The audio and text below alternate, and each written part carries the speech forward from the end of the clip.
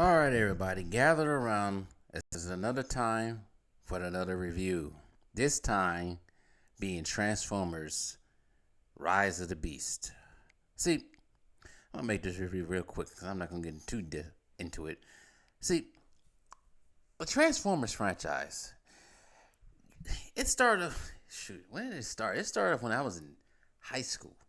Last year in high school, right? I enjoyed the first Transformers. Second one, not many people enjoyed. Third one, I thought was a little bit better. I mean, the first one with Age of Extinction with Mark Wahlberg, it's not that bad. Lockdown, I seem like before I get to that, I sound scatterbrained right now. Age of Extinction was all right, and then the last night just killed my enthusiasm about it altogether. I didn't see Bumblebee, and then when I heard this movie was coming out, I said, maybe I might just give it a chance. Um, the last night was a bunch of rubbish. I didn't understand it, and I fell asleep quickly. I do say this: it seemed like since they gotten away from Megatron, I do say this: the villain choices that they have been using have gotten better. It's funny. I was watching the video not too long ago. I don't know who created this channel, but this channel is based on all anything Transformers cinematic so far, live action cinematic. And they did a countdown. They said the best villain so far, in his opinion, has been Lockdown from Age of Extinction. I have to say yes. I think after a while, Megatron he grew tiresome. After a while, the first one was all right. Then the second one, he stick with the second one, third one. Even though he's probably like the secondary antagonist, because you have the Fallen, and then Optimus Sentinel in the third one. They brought him back as Gravitron, but uh, Asian Extinction. And then the fifth one, he came back. Even though I do like Megatron's design in the fifth one, the last night, even though I hate that movie. But this movie decided, no, we're not going to use anything Megatron like, because I don't know what happened in Bumblebee. So they got away from Megatron and decided to use Scourge. And also, you know, you know, the big time villain. They decided to use this time around Unicron. And Unicron being decent this time because what they used in the last night, ew. But this movie though, as I was saying back to the villains, Lockdown was probably the best villain so far. But Scourge is not that bad, even though Unicron wasn't that bad. But I have to say this movie was the better Transformer movies that I have seen. This is the first time I actually went to go to the theaters to go watch Transformers.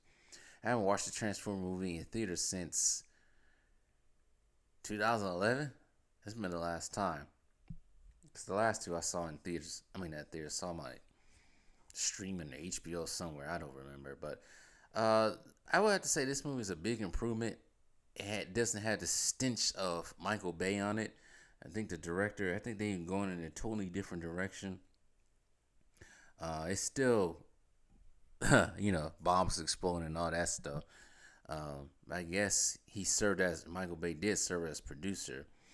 They got in the way. Look like they're getting away from, of course, using another. Well, they did use somebody different than Bumblebee, but the reason why I wanted to see this a lot more than the previous Transformers, because they decided to get some inspiration by using the Beast Wars storyline, which is probably big for some '90s kids. If you watch Beast Wars growing up, Beast Machines growing up, I was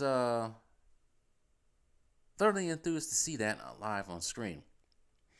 Um, they didn't use too much of Cheetor in this though. It was more about Optimus Primal and still using the Autobots. Uh, but it was all right. I'm not gonna get too much. I don't want to spoil it for y'all, but the storyline, yeah, the storyline is all right. But I'm looking at some of the reviews from other people. I see a lot of people that criticize the ending, the climax, which I will have to agree to. The climax is just, same old run of the mill climax. We run up and defeat the villain together before he uses his evil plan. We gotta make sure we keep this object out of the villain's hands before he creates a or does something that creates the end of a world scenario. Unicron at times kind of reminds me of Galactus. It's almost the same storyline as Galactus. Almost.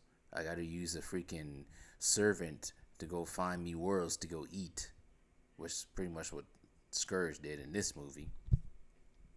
But yeah, that climax it was kind of dry, but not so much dry when it's coming like all right, I'm done with this.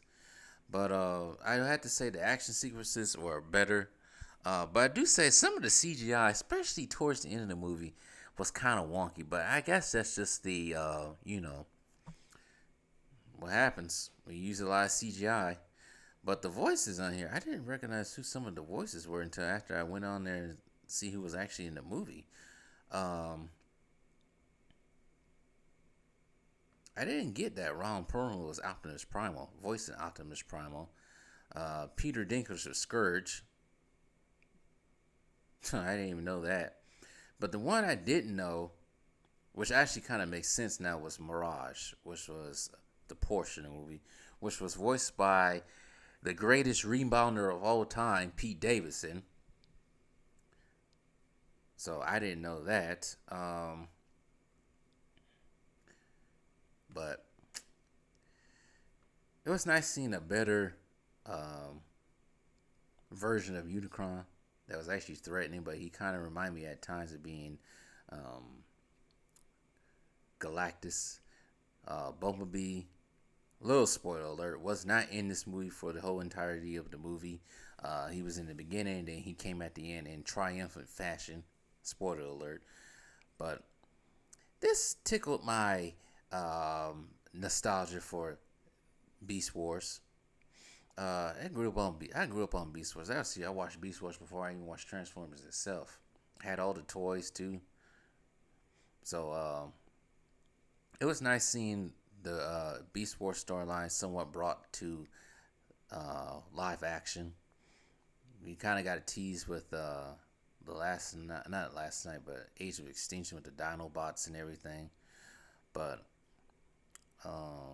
moving forward for this, I guess everybody thought this movie was thought the Bumblebee was a what they call it, a reboot. But from what I'm reading, it's pretty much just a prequel, and it kind of referenced some stuff that will happen in the future. There was a joke talking about Mark Wahlberg's great in starting to become an actor, will become an actor, which is kind of fun because we will see Mark Wahlberg in a Transformer movie later on. But the character development was all right. Now, Optimus Prime, a little spoiler alert, was not as trusting with humans as he, would be later on in a later Transformer movie. He was kind of against siding with humans, seeing them as kind of a nuisance, but he learned to grow with them and knowing that the main character had some heart and that humans are all right. So we kind of see how the Optimus Prime we see in the future in the Bay films came to be. That makes sense. They actually used a GTR R33 in this movie, a Skyline in this movie for once. It's nice seeing that. But yeah, there really wasn't much.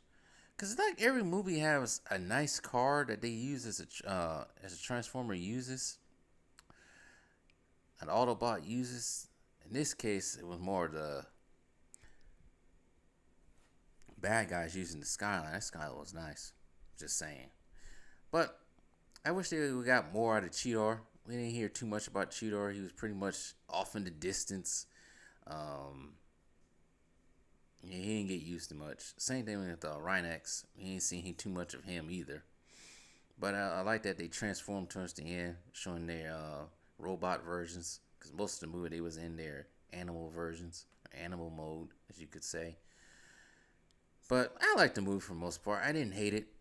I wasn't annoyed by it like the previous movies. But there is a little, I wouldn't say twist, but a little, surprise towards the end of the movie. I won't say too much. but it's a little surprise towards the end of the movie. But with all that being said, I ain't gonna say too much about this movie. I want you guys to go see it if you can. I'm not gonna say too much. I ain't gonna spoil too much. Some people probably still want to see it. It's not that bad of a movie. I'd probably say it was probably one of the better Transformers movies released. I would say it's probably better than Last Night. Yeah, it's the Last Night. I wouldn't even say it was probably just a tad bit better than Age of Extinction. Maybe even Revenge of the Fallen. So, with all that being said, I'm out of here. Like, share. Hey, make sure to hit that like button. Hit that subscribe button too. What are you waiting for? Just do it. It's free. Duh.